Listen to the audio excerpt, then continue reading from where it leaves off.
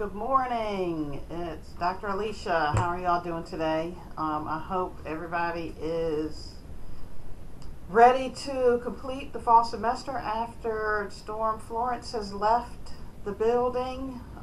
We are starting week 5 in our Social Justice Foundations unit.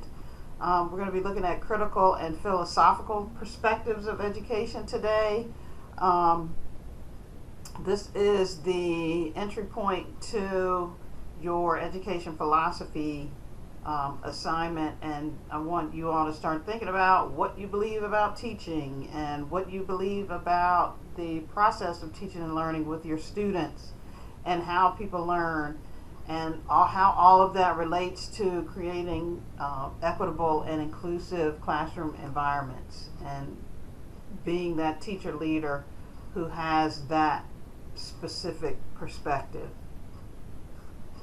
So let's get started. Today's objectives, you all are going to be, we've been on oppression and privilege.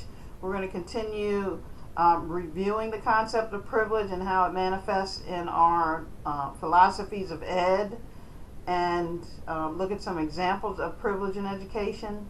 We're going to talk about some ideas about what is normal, quote unquote, what is abnormal, quote unquote, and then we're going to get into actual education philosophy, a very brief introduction. You're going to have to do some legwork here around the philosophical perspectives of humanism, progressivism, and constructivism philosophies. And then we're going to talk a little bit about what equity pedagogy is and how you can relate that to your personal philosophy, critical philosophy of education. So let's go ahead and get started. So we've touched a little bit on privilege in the last couple of weeks, but I just want to be sure that you all understand that privilege is related to social groups, not as a concept, and it impacts the individuals within the group. So it's a group phenomenon that the individuals within the social group have benefit from. So you can see here, Sensoy and D'Angelo provide us with some pretty clear guidelines of what it is and how it relates to dominant social group membership. It's from page 81 in our textbook. So privilege is the rights, advantages, and protections enjoyed by some at the expense of and beyond the rights, advantages, and protections available to others. It's a favored position. It's not the product of good fortune or luck or happenstance. It is a specific dominant social group benefit solely from their position of power. Okay? So as it relates to their position in the social groups order, let me click the table again. We're still looking at this table. So the purple here, these groups are privileged just by the fact that they are members of this social group, these different social groups. Okay? So dominant social groups benefit from their position of power by the automatic receipt of benefit and advantage solely based on their dominant status. It's membership based, it's not individual person based. So you can be a member of a social group and have privilege and you don't even realize it. It is an unseen force within the dominant social group setting. If you have questions on that, let's talk about that in our. We can use our social forum and or our question forum in our classroom. That's at the top of the page. So I just wanted to highlight this social group table. I think I'm going to bring this over every week just so we have it. I haven't added anything to the glossary. I think I'm going to check it today, and I will move the glossary again to week 5. Please feel free to add definitions. I'm probably going to add some definitions today. to enhance what our learning is around vocabulary and language in this context. So again, this is the social groups table, and based on dominant groups and minoritized groups and what the specific oppression is in that relationship between dominant and minoritized groups. This is from page 64 in our Sensoy and D'Angelo textbook. All right, so structural and external privilege, we're getting into different branches of privilege. I'd like this quote about that Albert Einstein said, "Those who have the privilege to know have the duty to act." So you all have the privilege to know as a result of going through this class, okay? So the structural and internal nature of privilege is basically the fact that it is an unearned advantage, and membership in a dominant social group, like I said earlier, bestows the benefit of an unearned advantage, even if you feel like you're not taking advantage of it personally. So I like to use the simple example of structural and external privilege is that there's an abundance of stairs in our economy. So we're looking at able-bodied dominant social group position. So when we're looking at how our buildings, architecture, the structures in our society are laid out, this is a very basic example, but stairs are the normal. It's not an automatic thought to think about making sure that structures are accessible to everyone regardless of their ability.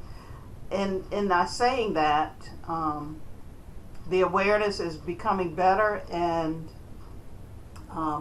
we are seeing a more conscious effort to look at that relationship between able-bodiedness and disability. So the dimensions that we look at in terms of structural and external privilege include dominant social group norms that are just integrated into our society. Dominant social group understandings of what's normal and what's not normal is default knowledge in our society. I don't think a lot of us really interrogate what it means to be normal and what it means to be not normal. We're going to look at that next. But if we put out different examples of what a normal relationship looks like, automatically our minds and thoughts are going to go to something that has been culturally developed over time in the United States. And then the last structural dimension of privilege is that this privilege is invisible. Dominant social group privilege is invisible. Again, it's based on membership, and even if we think our membership in a dominant social group does not privilege us, it does by the fact that we're just members of that group. It's an unearned overall advantage. Okay? So let's look at the second aspect of privilege, which is the internal and attitudinal, the different attitudes that go with dominant social group privilege. Okay? And this is related to group ideologies and belief systems. So this is something where we are acculturated into from the time that we are born, as we live in our homes, our communities, we go to our schools, we learn certain curriculum in our schools, both explicit and implicit, where the hidden curriculum plays a big part in group ideologies and belief systems in our schools. So this is all about the narratives associated with privilege and power in dominant social groups. Okay? So D'Angelo and Sensoy talk about the dimensions of attitudinal privilege as the dominant social group's belief that the dominant position is a right.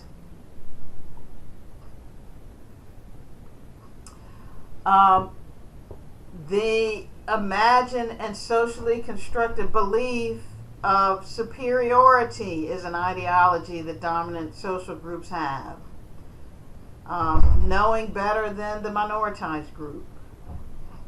The third attitude is the hubris that relates to a dominant group saying that they fully understand the minoritized group position from a very limited perspective, whereby that dominant member is just making assumptions, usually on stereotypes, as we've been looking at in our Steele, Whistling, Vivaldi book.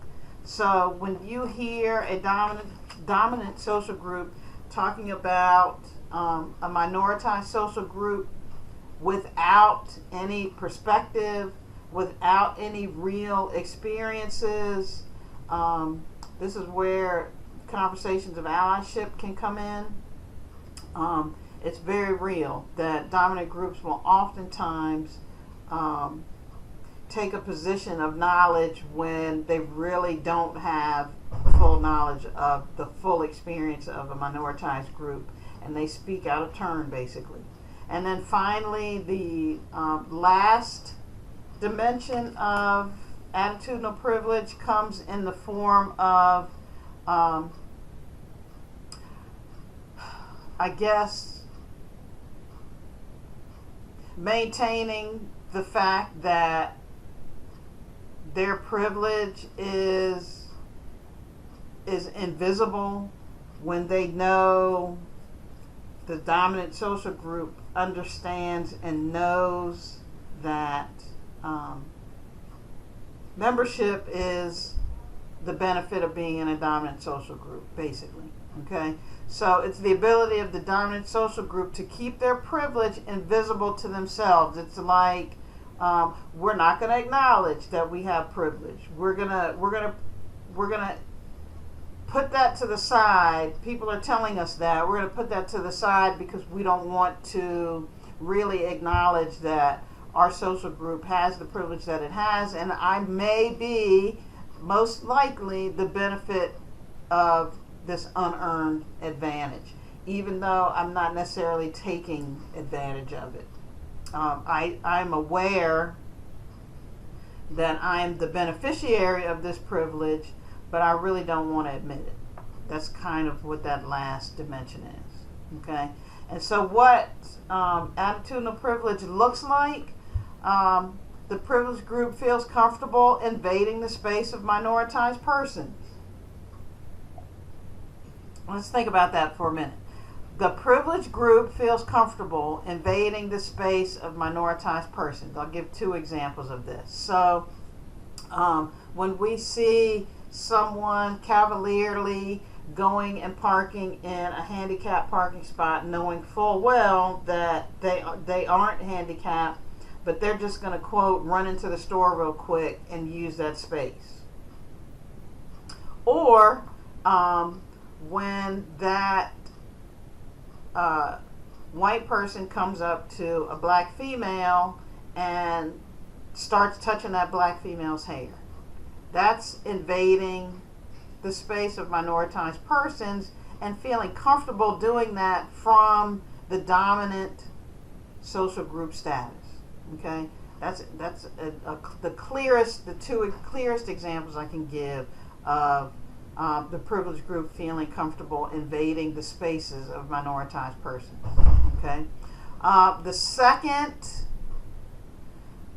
viewpoint of what attitudinal privilege looks like is that the privileged group feels qualified to speak to the quote-unquote minority experience. The dominant group they feel like they know what is best for the minoritized group. So an example of this would be, we know what's best for immigrants and coming into this country, and we are going to make sweeping decisions about how best to handle the immigrants that are coming into this country. Okay. The third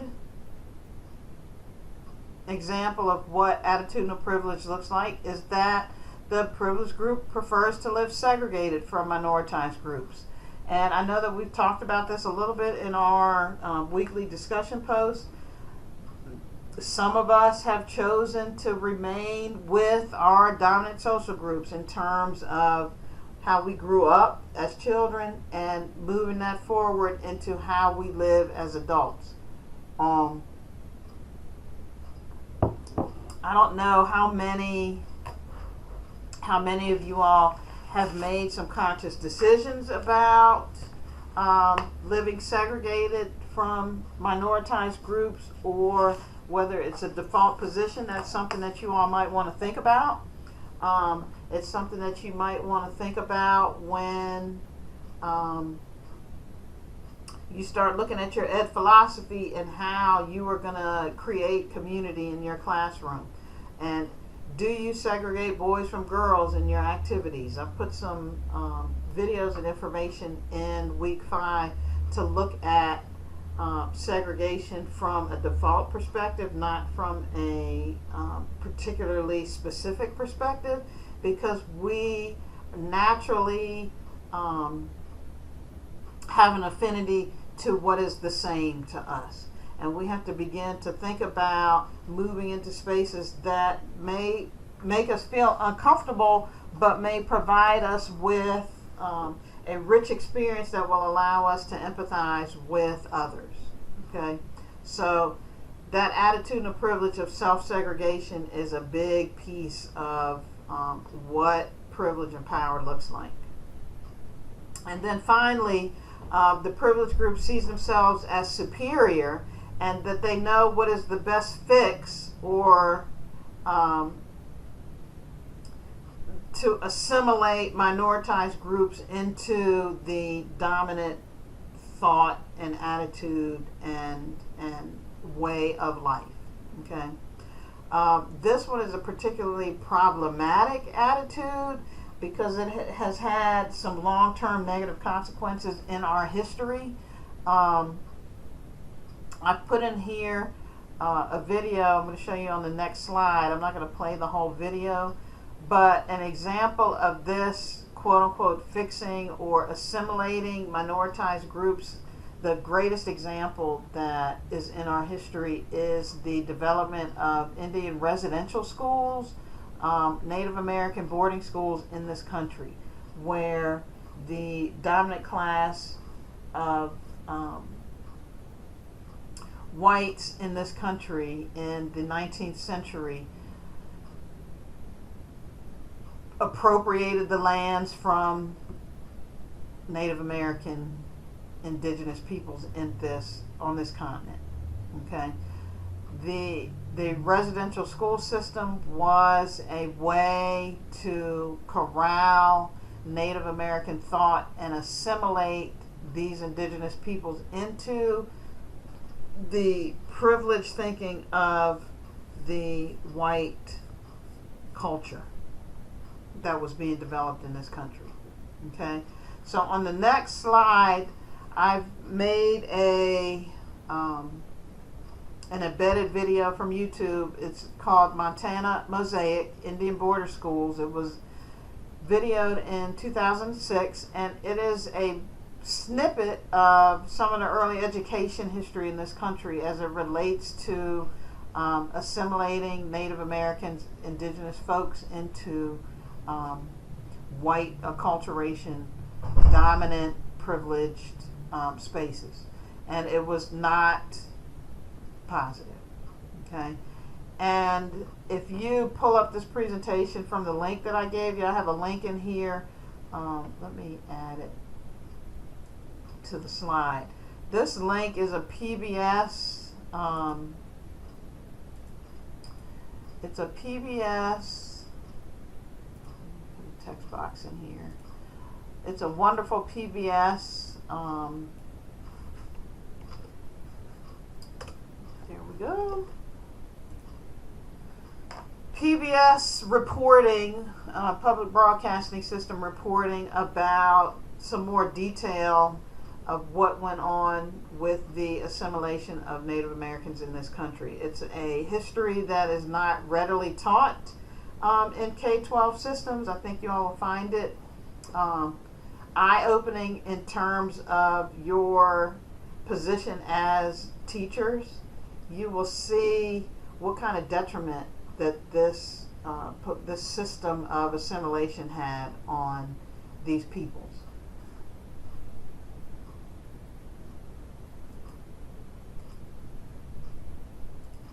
All right, next slide. It's about 15 minutes. Aren't they cute? It's about 15 minutes long, and we're going to look at this in our discussion briefly. But please take a moment to take a look at this video when you download this PowerPoint. I hope you download this PowerPoint because this video is pretty cool. If not, you can just do a search in YouTube on Montana Mosaic Indian Boarding Schools and you can pull the video up.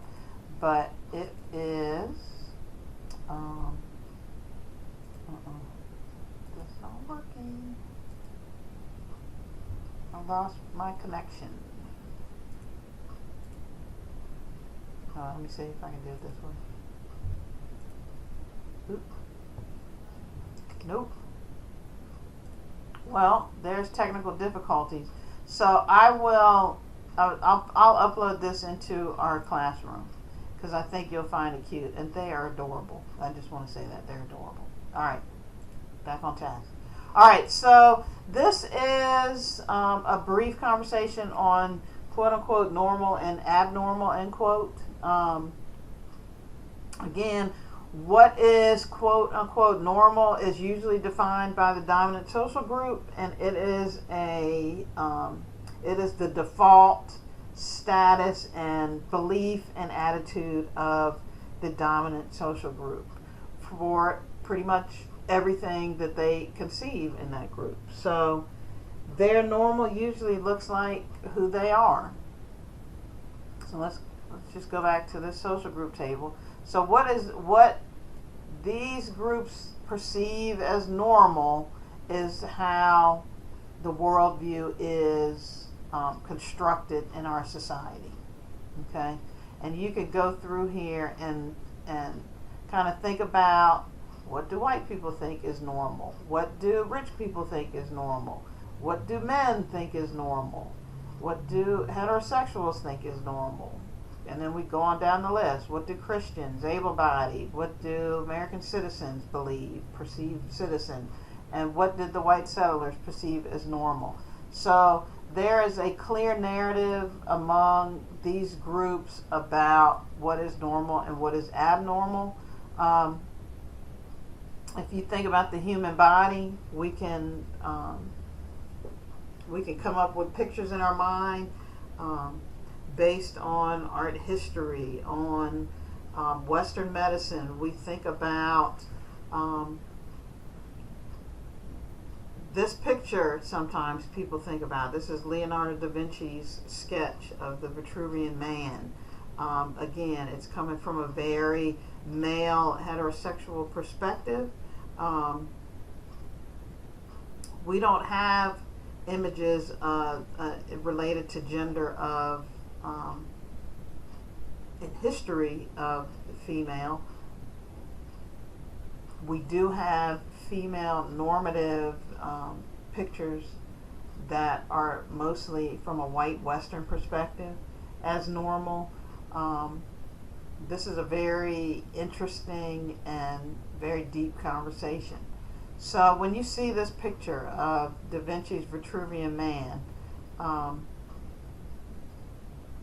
think about what race, what gender came to your mind, and think about how this could be problematic in your classroom based on just your own initial assumptions about what is normal about the human body.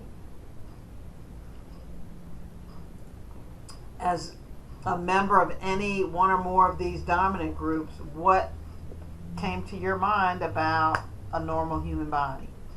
Okay? And I really want you to see and think about in your ed philosophies how this can be problematic for creating equity and inclusive classrooms, and how you're going to overcome defaulting to the dominant social group narrative. Okay? So how is normal socially constructed?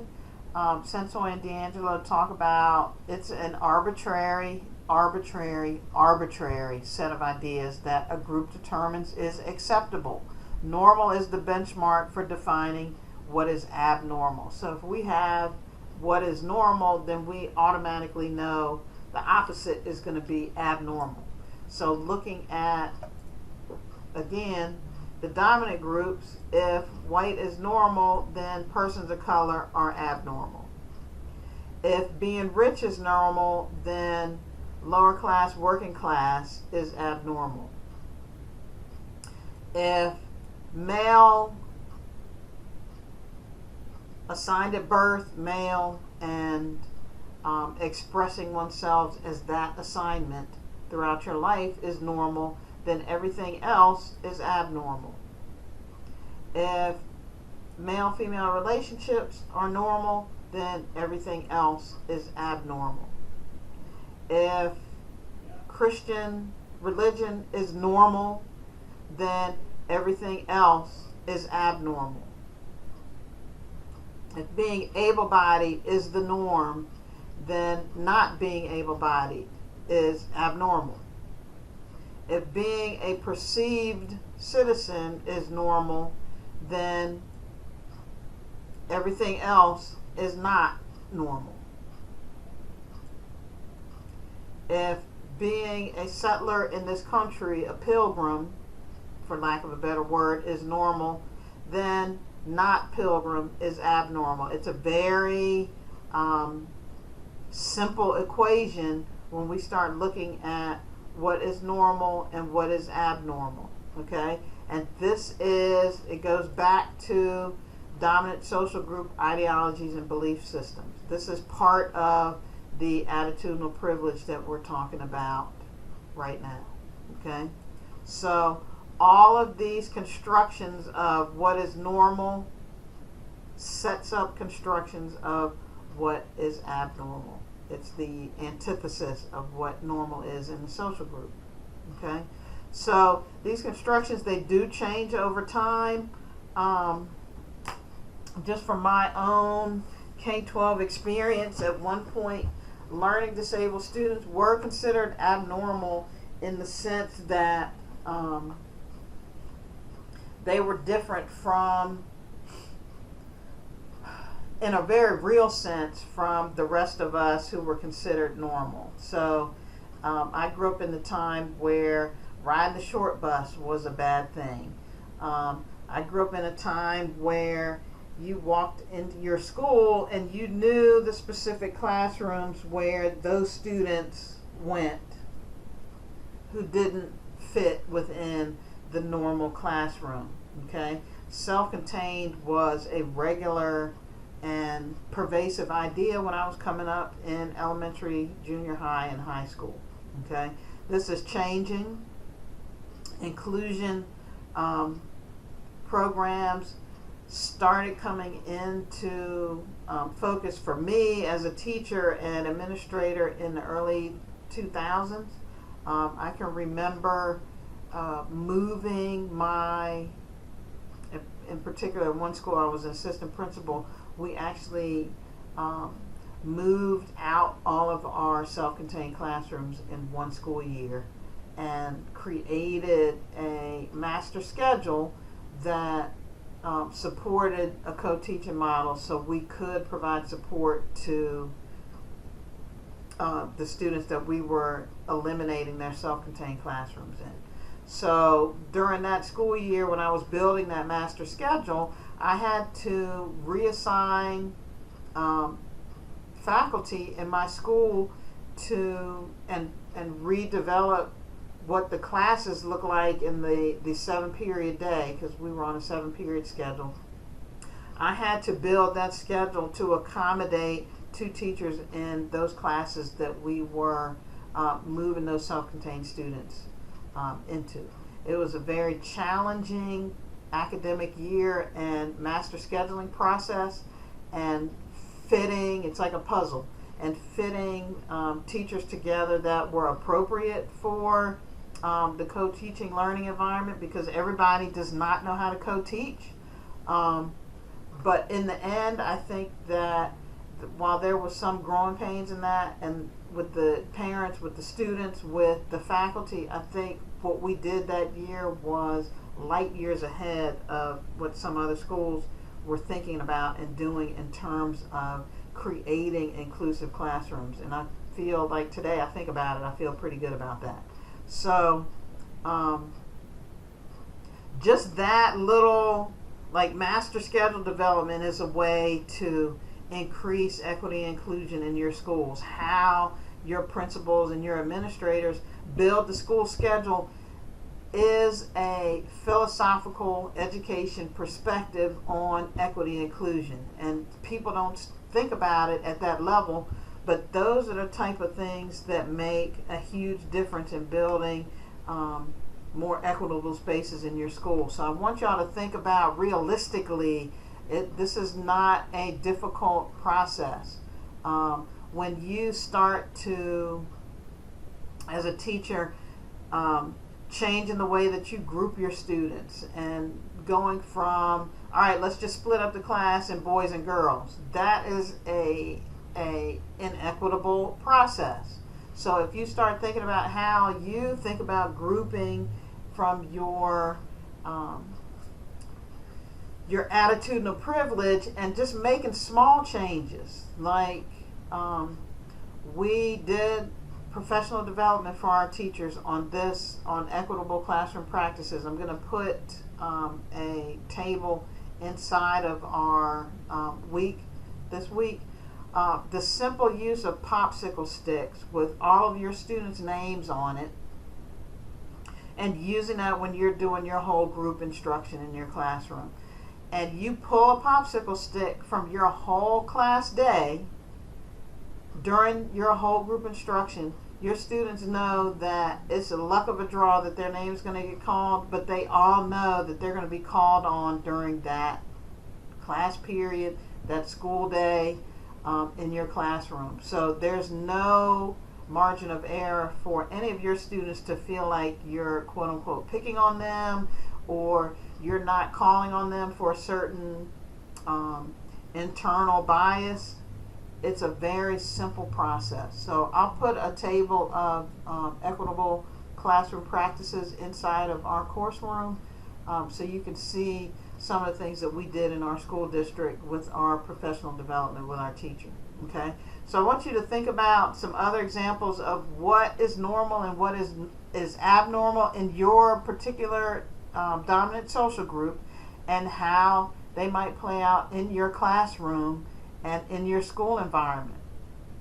And this is where you want to start changing your mindset. And this is the first skill on the Gorski and Pathini table, where they talk about a teacher's, an equity literate teacher's ability to recognize biases and inequities, including those that are subtle. Okay? So these attitudinal privilege ideas are very subtle in how we walk. And when you can begin to start on that first section of that table, you will be able to see how these relationships play out between you and your students, how your students relate to their peers in your classroom, because you're modeling behavior for your students even though you don't think you are. They're watching everything that you do, and then you'll be able to see in the bigger perspective from the table to see how your school administrations manifest these privileged attitudes of what's normal and abnormal, and then you can start to kind of process what's happening and then make changes on a very small level that will make very large differences. Okay? So I'm just going to leave you with this, that if some students in your class, in the school, in the community are seen as normal and others are abnormal, think about what impact that has on inclusion, equity, and social justice practices, one for you and one for the communities that we walk around in. Okay? So this is going to be, all of this thought is going to be in service to developing your education philosophy, your critical education philosophy, and how you are going to put to paper your critical perspectives on teaching and learning. Okay? So why do we have a critical education philosophy statement? For these two reasons. One, this is something for you to reflect on as a practitioner, education professional, and your work that you do with other human beings. It is a reflection tool for you to use to think about where you are on the continuum of equity and inclusive practices as a professional educator. Okay? And it also, the flip side of this, others will be able to see, they'll be able to see what you do in practice and what you believe, the written aspect of your philosophy. What do you believe about teaching and learning? This is a way to match the walking with the talking, basically, when you write an education philosophy. Your education philosophy is going to change throughout your career. My ed philosophy has changed dramatically from when I started in the classroom in the early 90s to today working with post-secondary students. I have some iterations of my ed philosophy statement that I look back on and I'm like, wow, I've done a lot of growing to help students from all walks of life and all backgrounds. It's a great way to keep track of your professional growth. Okay? So our ed philosophy statements this week, you're going to get the assignment posted. I'm going to have that posted by the end of the day today. And I want you to start thinking critically about, what do you believe about the teaching and learning process based on today, where you are, and all of your cumulative experiences as a student, and some of you as an individual who works with students, because I know some of you might be in the Psych 3010 class and working after school now, doing some field work, some initial field work with students. So this ed philosophy statement is going to be really important. Okay? Again, if you have questions, please post them in the question thread. This week I want you to really ask some questions in that thread and make that area a place where we can unpack some of the things that you may not understand, you may not ever have heard of before. I just want to make sure that this is clear for you. All right, so we're going to start here on the branches of philosophy, which these deal with how we think about literally reality, how we think about knowledge, and how we think about beauty and ethics and right behavior. Okay, so these branches are overarching. Metaphysics is concerned with the nature of reality in the world. All right, and I've taken this from a textbook that I've used over time in my Ed Foundations courses prior to here. It's Johnson, Musial, and Hall and Galnick. The 2018 is the 17th edition of this textbook. I will post a copy of the citation for you all here. You might be interested in getting a loose leaf version of the book. There's some basic ideas on ed philosophy in this book that I find is easy to understand for students. So this is where I'm coming from in terms of this information. So again, metaphysics, it's concerned with the nature of reality and the world. Some key questions to think about when you're looking at this branch of philosophy is, what is reality? What is existence? This has some implications for any of y'all who are interested in science education.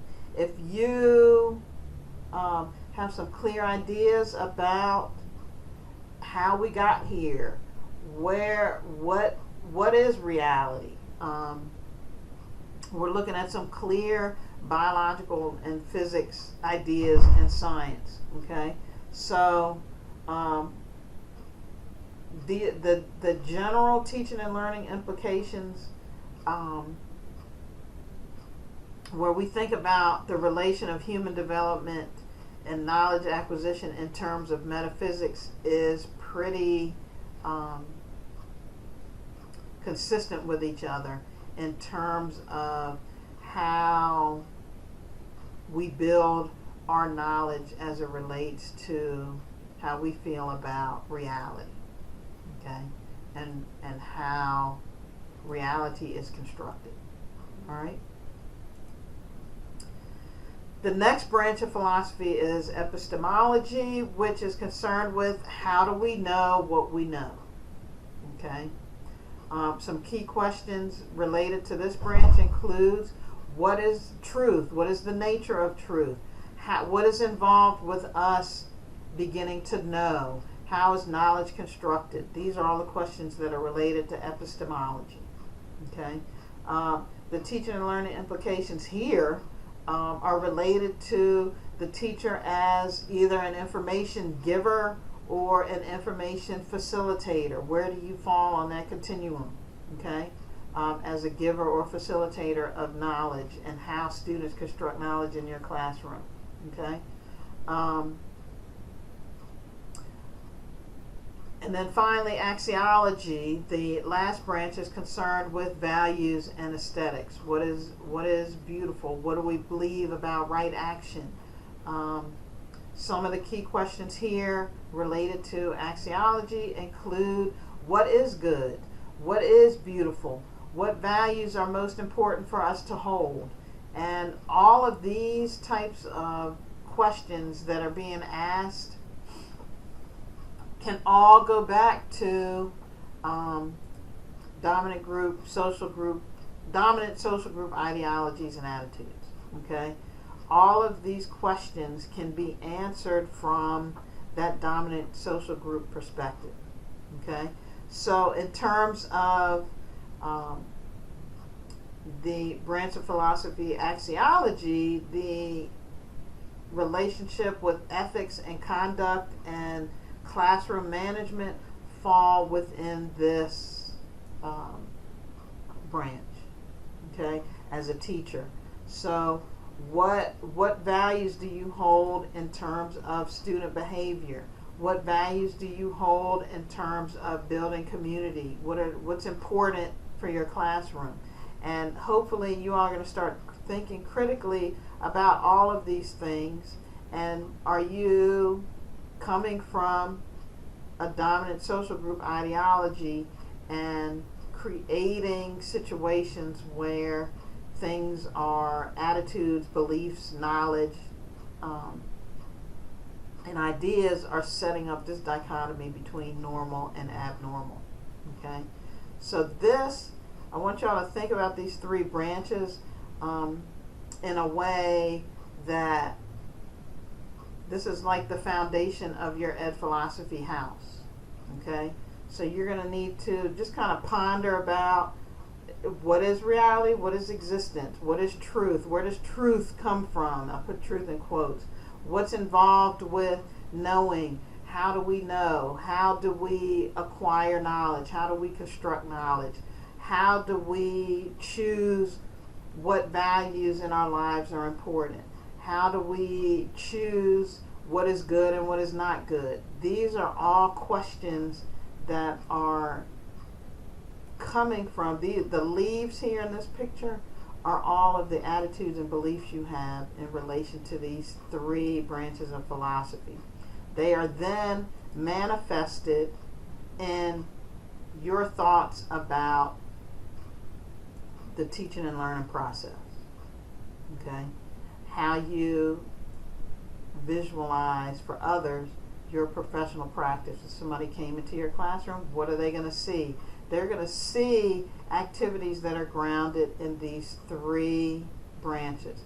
What you believe about reality, what you believe on how knowledge is constructed, and what you believe on what's good and what values to hold in a classroom community. Okay? Again, this is a very deep conversation, but I want you to just start thinking about going a little bit deeper about your belief system and interrogating it from your dominant social group attitude and perspective. Okay? Again, shoot me questions in the question forum. All right?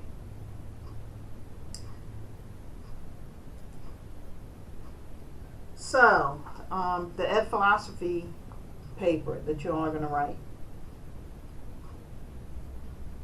We're only going to look at 3 philosophies of education here. For our purposes, I just want to get you immersed in this conversation and this thought process. I've posted in our weekly articles different articles that go beyond these 3 particular ed philosophies.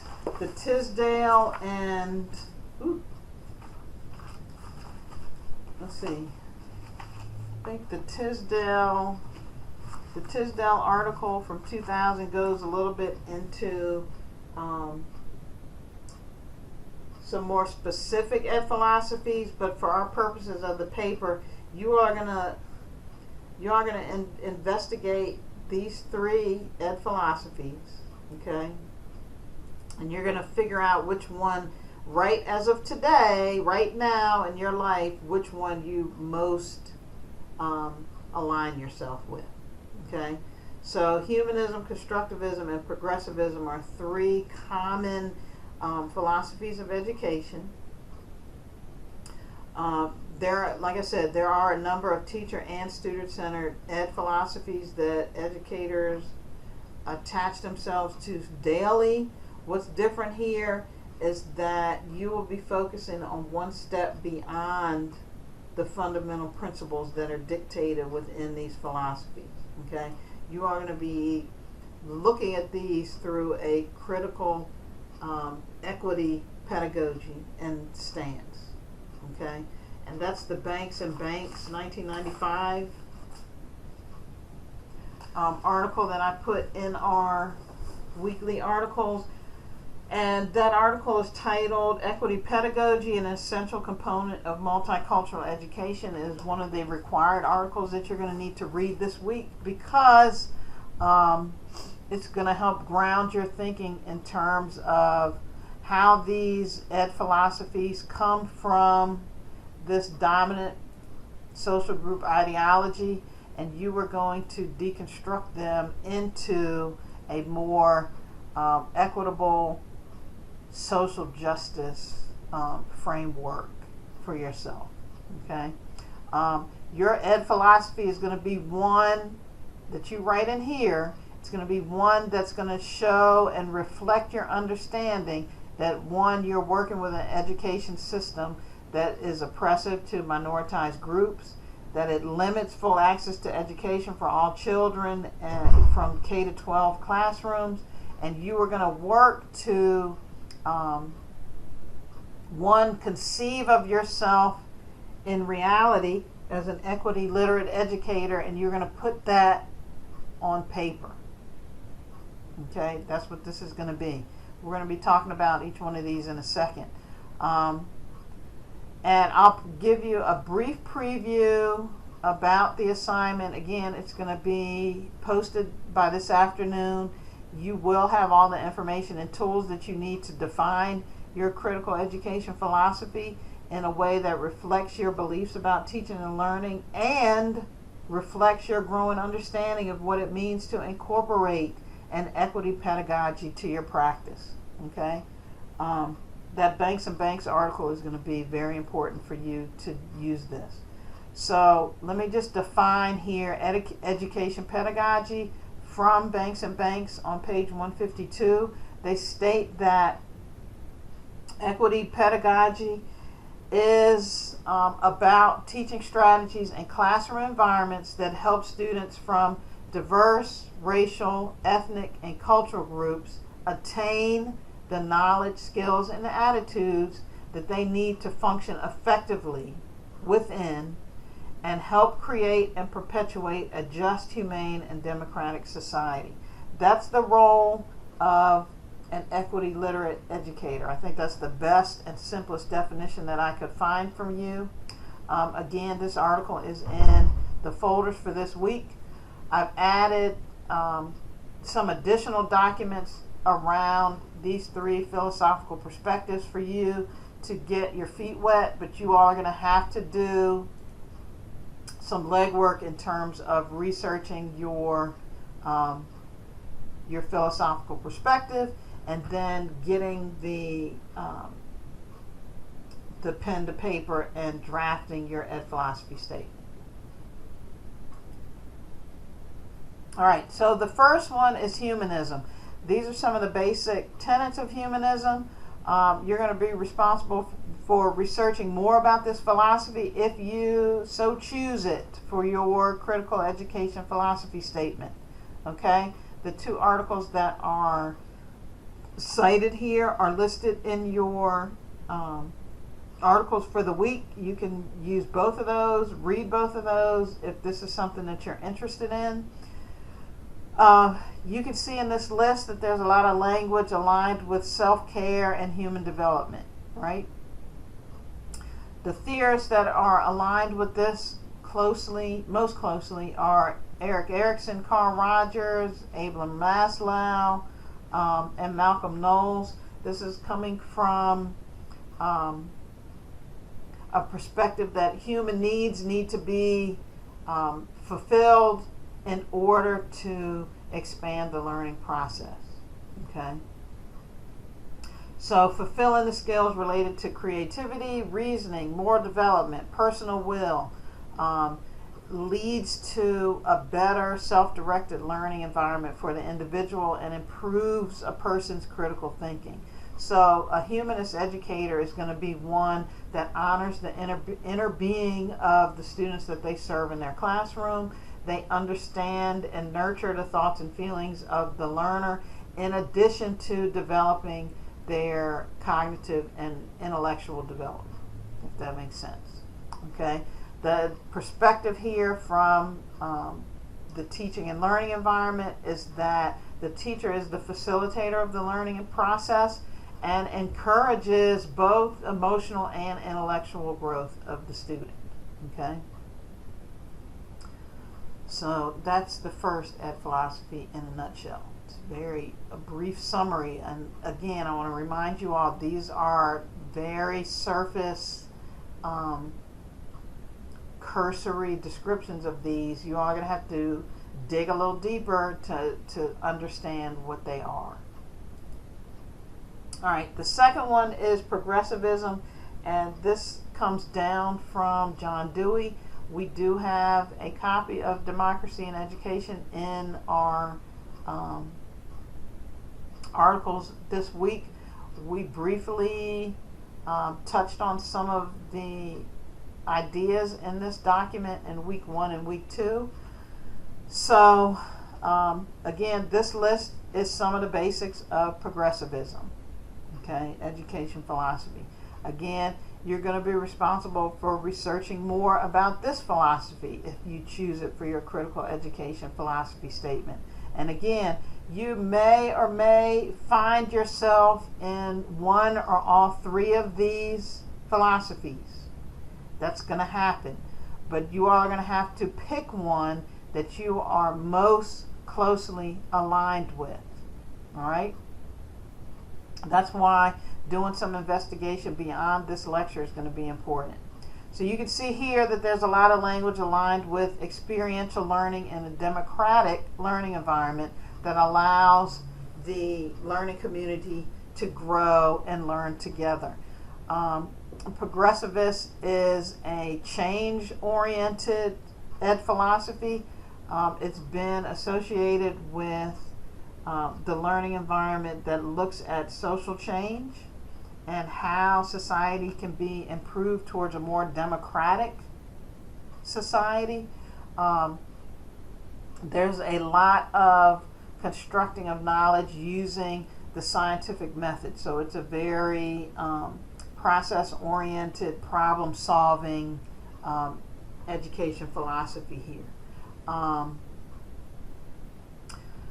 Some of the activities that you'd see in this type of classroom would be probably problem-based learning activities where a teacher would provide a scenario to be worked on that comes from a multidisciplinary perspective. So looking at ways, for example, to increase the sustainability of somebody's neighborhood and what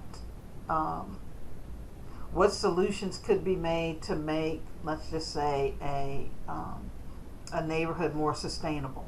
And so that would include looking at things from science, from social studies, from math, from the English language arts to solve that problem. That's how this ed philosophy works. It's a problem-solving, very scientific method to construct solutions to the problem, but it allows for divergent thought with open-ended questions. So that teacher would say, here's the neighborhood, here's what we want to see in terms of sustainability, let's solve this problem.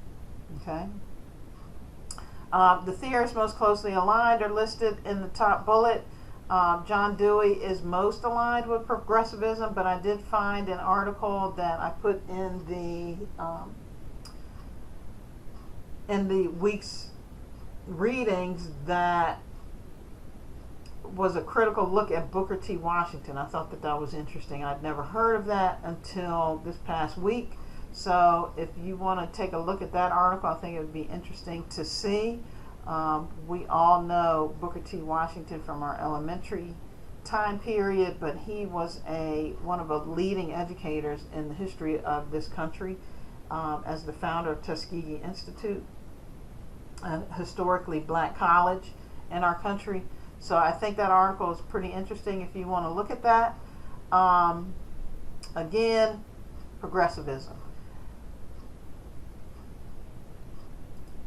And then our last one is constructivism, adapting and overcoming and building and constructing our learning. That is constructivism. Okay. Again, these are just some of the basic tenets of that. You all have hopefully have read the Powell and Kalina article that I've cited here from 2009. I posted that from our first week in the class. That's a very easy to understand article about cognitive and social constructivism. Again, if you most align with these principles and ideas, you're going to have to dig a little bit deeper if you choose this as the basis for your critical education philosophy statement. The language here is aligned again with experiential learning and the ongoing construction of knowledge. The difference here is that it focuses on the bridging of old knowledge with new, and that all learning is a work in progress. Learning is subjective, knowledge is subjective, and it is based on what we are exposed to. So what you're going to see in this classroom is a teacher putting together information for students that's going to help them bridge old knowledge with new knowledge and assimilate that new knowledge into new conceptions around a topic that they've had prior ideas with. Okay, it's like a stair-step building of understanding. That's the best way I could do it. The difference between Piaget and Vygotsky is that Piaget looked at the individual development of knowledge construction. So a student who is interrogating what they already know with what they're learning in the classroom. The teacher working with that individual student is going to scaffold knowledge for them to build upon and adapt and assimilate the new information that they're being given in the classroom based on old thought processes. Okay. Vygotsky talked about the social nature of knowledge construction and proposed that when we're in groups and experiencing things together, that our knowledge is going to grow just as a result of our interactions within the group. Okay, so our experiences collectively are going to help bridge from old learning patterns to new learning patterns, and we're going to assimilate new ways of thinking based on the experiences that we have in the group. What you will see in this class is a lot of scaffolding from the teacher in terms of whole group instruction and making connections for students from old ways of learning to new ways of learning. You will see a lot of group work in this teacher's classroom. He or she or they will do a lot of different groupings, heterogeneous groupings, to bring about diverse experiences within those groups so students can add to their existing experience with new experience in the interactions within students being put together from a wide range of abilities, backgrounds, and knowledges, if that makes sense. Okay. Again, the 2018 article that I've cited here is also a pretty good introduction to constructivism and is also in our week's article. Okay, so now what? It's time to think about your critical education philosophy statement. Let's look at some questions that's going to guide your exploration here and define your final critical ed philosophy statement. And I'm not going to read all of these. I just want to highlight some of them. These are the foundational questions that I should be able to see answers to all of these in your philosophy statement. I'm just going to put that out there. If you need to print this particular slide and keep it somewhere close for you, you need to do that, because I'm going to be in the final iteration of your ed philosophy statement. I'm going to see answers to all of these questions. Okay? So the key ones that you all are going to need to start thinking about here,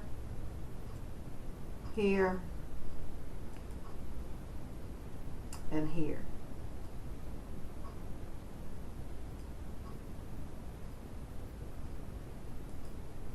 Okay.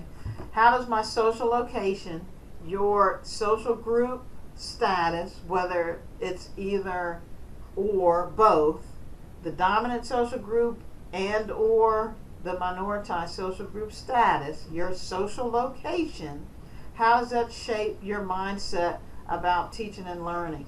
So I expect to see that you are addressing either your dominant social group status or your minoritized social group status, or both. You can include both of those in your ed philosophy statement, but you need to have a statement about where you are coming from in terms of your attitudinal privilege and your external and structural privilege that we talked about early on in this presentation. Okay? I'm going to be looking for that. That's going to be a huge part of the rubric that is for this philosophical statement. The next thing that I'm going to look for first in my first read of your statements is the second bolded bullet. What is it more that I need to know about what I don't know? about the things that are related to culture, power, privilege, difference, and where can you learn this material. So this is reflecting on your gaps in your professional development. And I need to see that you've reflected on the gaps in your professional development. This most likely is going to come near the end of your philosophical statement because you've identified and outlined what you believe in terms of teaching and learning, how your social group identification fits in with the teaching and learning beliefs that you have. The concluding aspects of your philosophy is going to be centered around this particular question. So I'm going to look for this near the end of your ed philosophy statement with a critical eye that you've thought about this in depth. Okay? Your ed philosophy statements are not going to be due until week 9, so you have plenty of time to think about this. Okay? And then finally, how can you be a more critically conscious teacher leader? So this, in relation to the question that I'm going to look at here, this is going to be your next steps in terms of what you're going to do from now until you get your first classroom to build your critical consciousness, to develop your equity pedagogy as defined by Banks and Banks in the article that I've given you.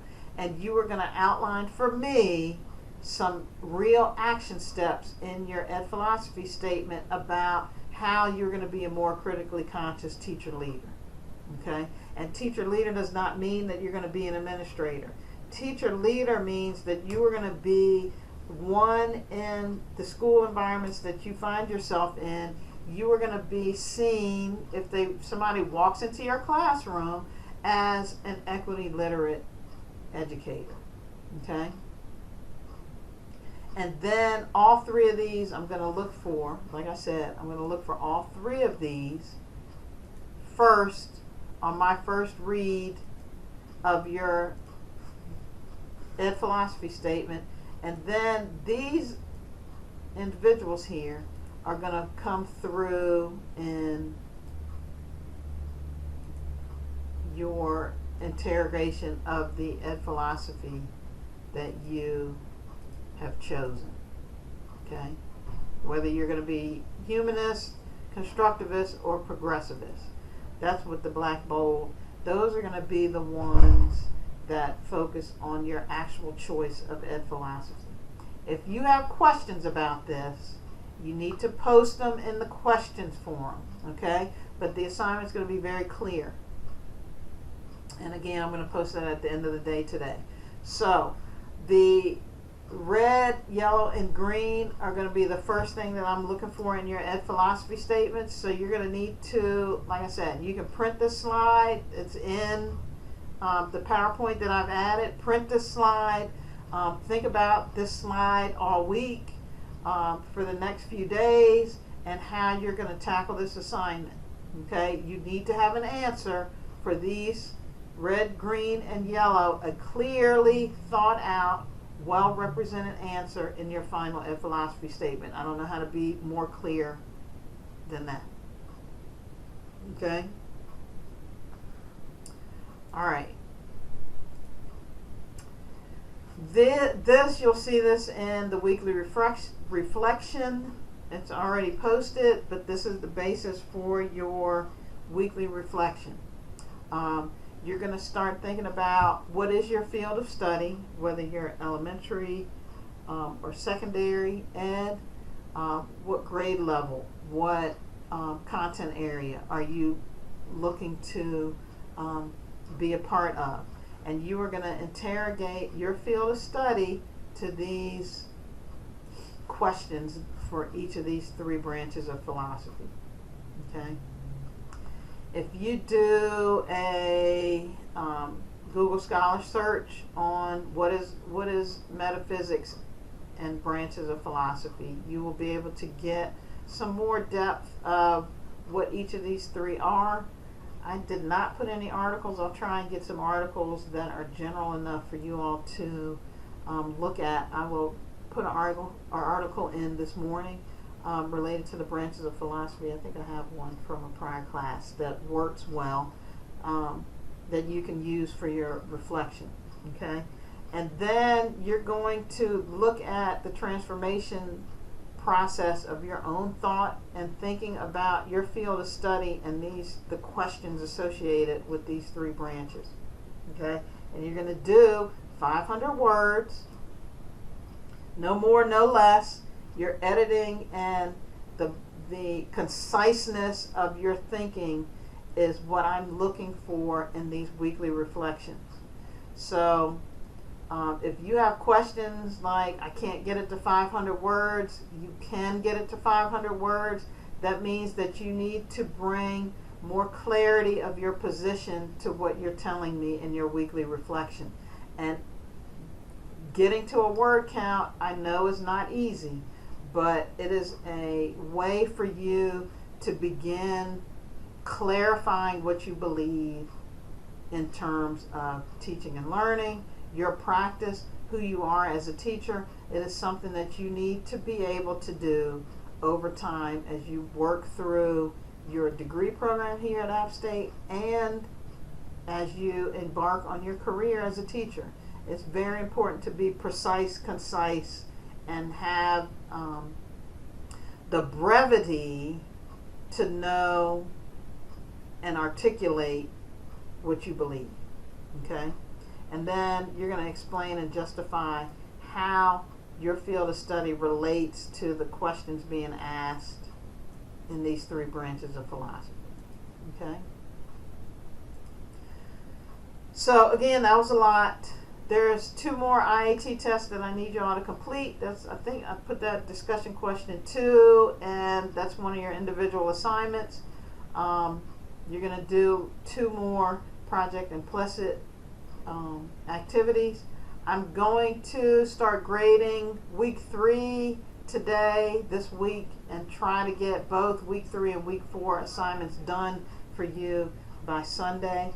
I know the hurricane put all of us back in terms of where we are in terms of the semester, but we will get back on track. All right. I need you all to send me either an email message, send me a private message in the classroom about how you're doing. I just want you all to check in with me, please. And again, I'm going to put the Ed Philosophy assignment in the course room before I leave the office today. Again, I'm in Wright College of Education 105. Come see me in the James Center. We got a new coffee maker. I'm so excited that we get to do like real coffee and not a Keurig. I know that's random, but brewed coffee is so much better than Keurig coffee in my opinion. And it's making me have a good week. So, I want you all to make it a great one. It is a good week to have a good week. Come see me, email me, call me. I'm in the James Center, Wright College of Ed, room 105. I will chalk with you all later.